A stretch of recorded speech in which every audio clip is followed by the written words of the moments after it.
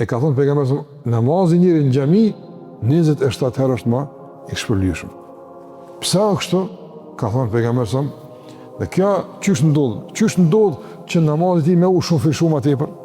Ka thonë kur njëri merr abdes në shtëpi ti, dëgjoni asnjë, domethënë në shtëpi merr abdes dhe niset në xhami. E ka për qëllim namazin që njëti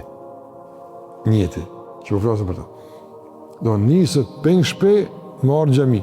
Asnjë arsye tjetër se ka me dal, asnjë qëllim se ka tjetër në këtë rrugtim, përveç ardhës në xhamia.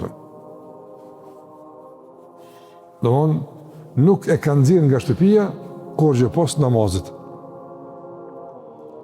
Ka thonë pejgamberi lem yakhtu khutwatan illa rufi'a lahu biha daraja.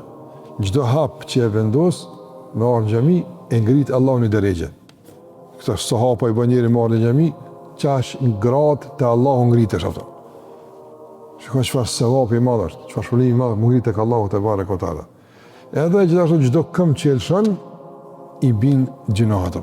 Një kohë me qenë ngritet tek Allahu, një kohë me ul bin gjinohat, një kohë me qenë drejtë, një kohë me ul bin gjinohat. Veç njëherë me dalë në xhami sa shpëlimi është atë.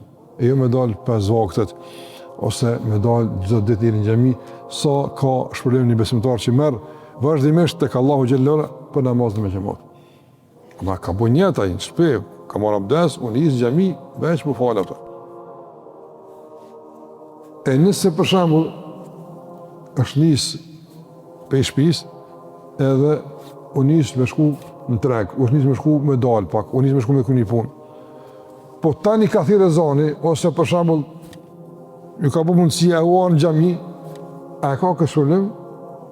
Dietarët kanë thonë se ka shpërblimin pe shtëpis, po piku nis me shku në xhami atë.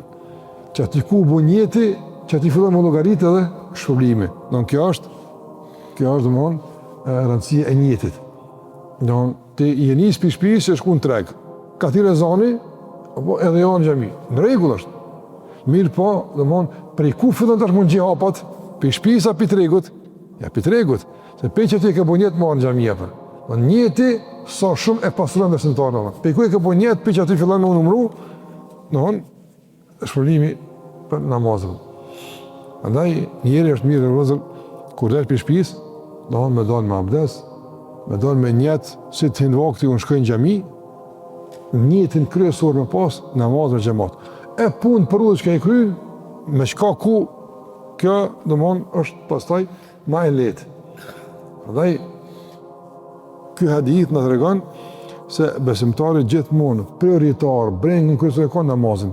Ka me dal me shku këtu, ka me në namazin e nxo këtë namaz jo se nxo atëre, domthonë kalkulon edhe i rregullon punë me namaz. Muslimani. Me namaz rregullon punë. Po jo po shkoj pe kry punë ato tani çim del vakt ose çim bëhet fale mas pari namazi shumë apo mas pari namaz.